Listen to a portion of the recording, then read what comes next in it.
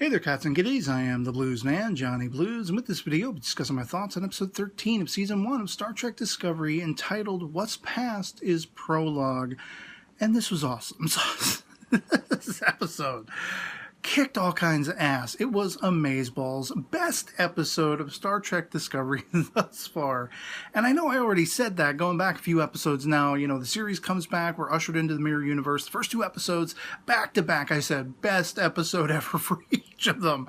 Last week's episode, not so much. Felt a little meh to me. Felt a little wonky. There were a few redeeming things, that I got out of it. But this episode surpassed them all. This one knocked it out of the park cleanly, purely. I had a blast with this episode.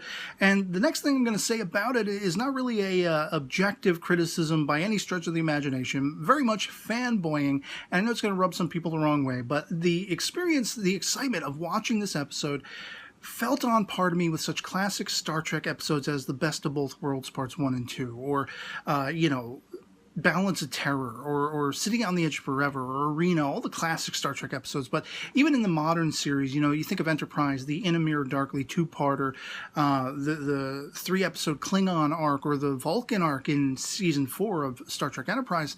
Some of my favorite episodes. This was definitely, no holds barred, an instant classic. Favorite episode of Discovery. It was just amazeballs. It was just a blast, a thorough, exciting blast to watch. And it's kind of like, it takes on its own mycelium network thing, because even the episodes that left me dissatisfied, even the missteps, even the things I wasn't thrilled with or had, no taste for, they all built up to this. So they are all part and parcel with it. So it's kind of like, I can't say, oh, this was the best episode of Discovery ever, just start here. Because of how it is episodic in nature, and because how it is one overarching story, you could kind of probably just start where the Mirror Universe episodes begin. But there's so much that, comes to fruition in this episode, especially revolving around Saru, which just blew my mind. But that's enough of me gawping and gaping about the episode, fanboying, if you will. I did take some notes because there were several things I wanted to actually talk about, and I didn't want to forget in the build-up to this video. And one of the aspects I thought was really interesting revolves around Lorca and the details surrounding his former command, the Buran. Apparently he was in command of the Buran in the Mirror Universe just as well as he was in Prime, or at least so we can, expect or suspect, hypothesize. And, we basically have the Quran giving chase to the Buran. They're trying to get away, and there's some kind of transporter accident that coincides with an ion storm, touching very much back on the original series Mirror Mirror episode. The same kind of thing that happened with the Prime Enterprise crew. Kirk, Uhura, I think it was Scotty, and Bones, Dr. McCoy. When they flipped over, they switched with their Mirror Universe counterparts. It sounds to me like they're outlining basically that's what happened with Mirror Lorca. And if the Mirror Buran was then destroyed, presumably Prime Lorca was destroyed with it. And that does kind of suck, because I really like the Lorca character. I really like Jason Isaacs' portrayal of the character. I really would have been excited to see a Prime equivalent, as a main character. His performance was just great. There were a lot of mysterious things to do with him. He was enigmatic. He did have a dark side. He was the war captain and all these things. And a lot of people, as I banged on and on and on about in my previous episode discussion video, were saying from the get-go, he's not Starfleet. He's got to be Mirror Universe, and everything like that. And while that did prove to be true, it was still a little bit disappointing to me, because I liked and enjoyed his performance. He was a really captivating, compelling character. And I kind of feel like there's going to be a void now without him seemingly being around. They could still pull out the Prime Lorca somewhere, somehow, by some means, who knows. But chances are Prime Lorca is probably dead and gone. And so it sucks, but it was awesome at the same time, if that makes sense. And I thought it was interesting that they did pepper in that detail. They did answer that question. How did he get to the Prime Universe? It was a transporter accident. It was a malfunction, much like it was in Mirror Mirror in TOS. And next on my list, talking about Saru Hill, Captain Saru, man. this guy takes command. I mean, I'm watching this. I'm watching him issuing orders and giving everyone the pep talk. I mean, you think back to the earlier episode where he's unsure of himself, unsure of command. He's looking over the records of some of the most exemplary captains, Robert April, Captain Pike, and all this kind of stuff. And he's trying to compare himself. He's trying to take notes on it. Forget all that. Saru has completely stepped up his game. I'm watching him issuing these commands. I'm like, Mr. Jones and me, like Doug Jones. Totally nailed the captaincy of this scenario, the command of this scenario. I loved him being on the bridge all throughout the finale of the episode, issuing the orders, fire and all of that stuff. It was dope. It was just all kinds of awesome because I started to kind of feel like I heard some people say, Saru's kind of become like a background character. He really hasn't been in the spotlight. And, he went right back into it in this episode. As soon as he finds out, it's Mirror Lorca, well, we ain't gonna have that no more. He gives everyone the pep talk. My species was bred to sense the oncoming of death. I'm not sensing it today. It was all kinds of badass. I absolutely love that. I also love that we actually got to see more of, the bridge crew in action in a sense. More coming into the spotlight a little bit. The android character, Detmer, and such like that. I mean, these players that I've wanted to learn more about, to get to know a little better. And it almost started to feel like a more traditional Star Trek thing. We've seen these characters; they're getting more involved. They have things to do. They're being called out by name, especially the android character, whose unfortunately name escapes me. They said it like once or twice, but all of that. I love how that coincided as well with Tilly and Stamets, comparing notes, and Tilly coming up with the idea of, hey, we can ride the wake. We blow up the engine, the centerpiece, suck all the spores in, and then blink, and we can probably spore drive the hell out of here, riding that wave. It was awesome. I loved it. How about returning characters? Rekha Sharma's, security chief. I forget the character's name. Lorca's security chief. I spoke about the best of both worlds, the Star Trek episode. She's kind of the bitch of both worlds. If you ask me. Not too much of a difference between Prime, whatever her name is, and Mirror, whatever her name is. She's kind of a bitch in both universes, in both dimensions, whatever you want to call it. But that, she gave way to what was the epitome of like a clash of titans between Georgiou, Lorca, and Burnham. Burnham being very selfless and stepping up her game, calling, Lorca's bluff and bluffing him back, two-timing him, with this sentiment that I'm going to bring Georgiou to you. I'm going to turn myself over to you. You can have me. You can only have my brain. You can't have the bod. Because, of course, he's getting all grins when she's about to give herself to him and all this stuff. He wants a little bit more than just what's up here, So he seems giddy. He's practically licking his lips and whatever. And but that whole aspect of just trying to get in close to him with the promise, and of course she's making this whole bluff because she's asking for the safety of Discovery and her ship and crew essentially for their lives. I'll give myself if you promise not to harm them. Let them go off and swim around. Play with themselves, whatever they're gonna do. Maybe they can find a way home. But I'll stay, and here's Georgiou on a silver platter. You just let them go. And I'm surprised Lorca actually went with this. For the most part, little did he know what was going to be coming. This whole just massively awesome and awesomely choreographed battle that ensues between all of them and like all these other officers, all of Lorca's motley crew coming in and trying to fend off Georgiou and Burnham and everything.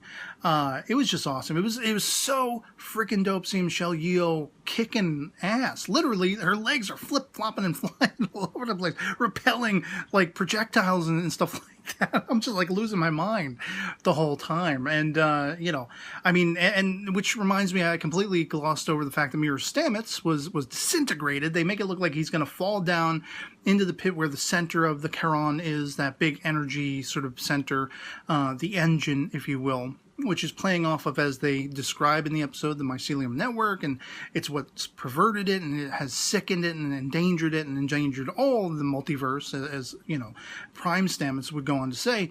And it was funny because when he gets disintegrated, it's just after they make it look like he's going to drop through the floor, be sent down into that. And I was thinking, why would they do that? Why would they? That could be a really awesome visual. Why would they tease that and then not deliver? But then Lorca goes out that way. That's how they dispatch Lorca. Which, by the way, I thought was interesting because on the one hand, the way Burnham, rejects killing him, but then he is, stabbed through the back, literally by Georgiou. The way he is then sort of placatingly moving toward Burnham, and we could have had the world, It was there was something very 60s-esque about the way he died. Very overly melodramatic, not in a bad way, not in a sour way, just a very nostalgic, sort of campy death. And then he subsequently goes through that hole in the floor, falls down into that engine.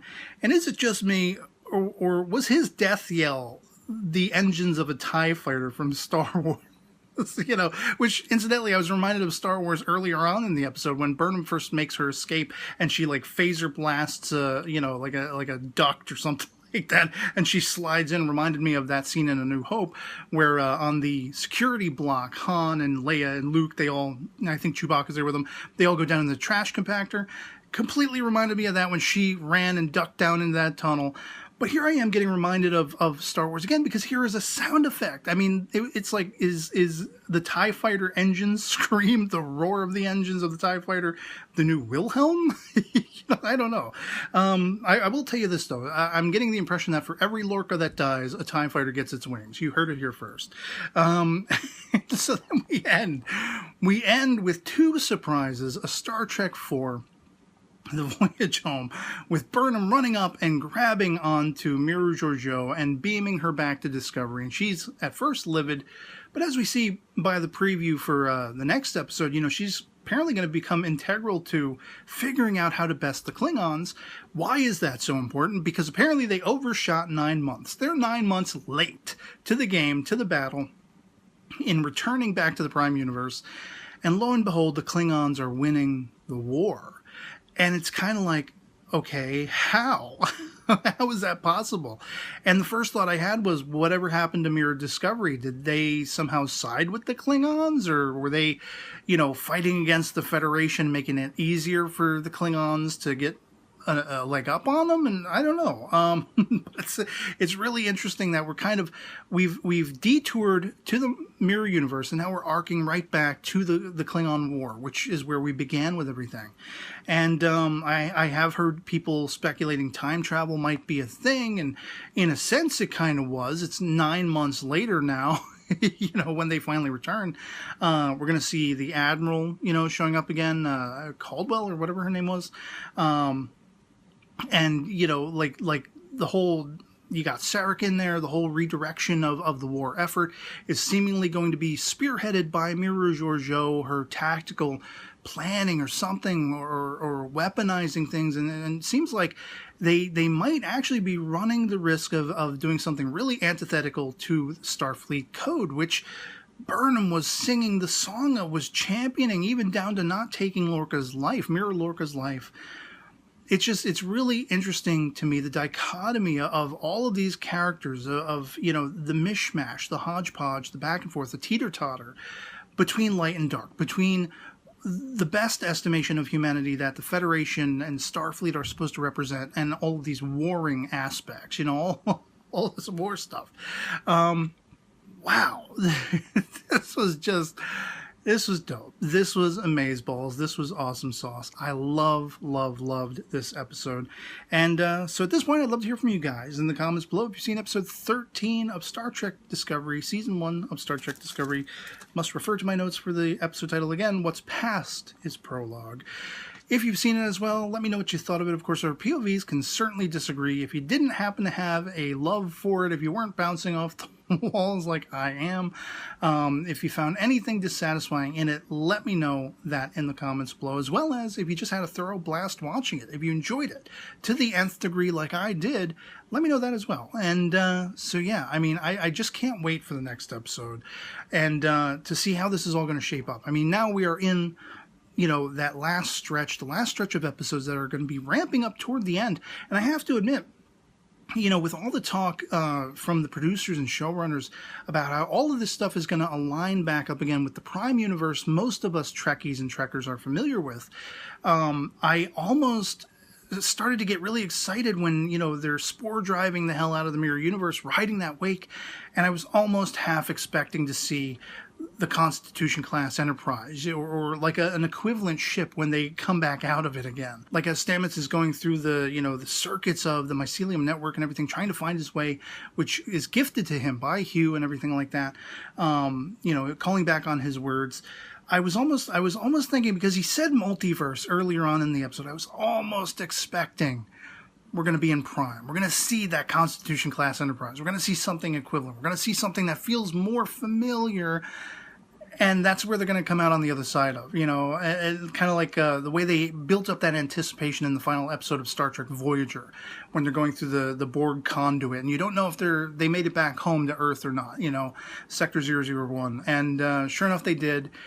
And, well, they didn't get to the TOS Prime universe by the end, but they did get somewhere pretty enticing and compelling and exciting to keep me wanting to see this. And I got to tell you, man, even with how the previous episode, last week's episode, kind of left me feeling wonky, kind of left me dissatisfied, I was still chomping at the bit. From the time I woke up at 5 a.m. Sunday morning, I was thinking about what's going to happen in this episode all day long. I was anticipating it and excited for it. I couldn't wait for it to finally come around, and finally, when I got to sit through it, in case you haven't gotten the hint already, I had a blast watching it. So yeah, otherwise that's going to be pretty much it from me on this. Hope this video finds you well. Live long and prosper, my friends, and I'll catch you all later. Peace.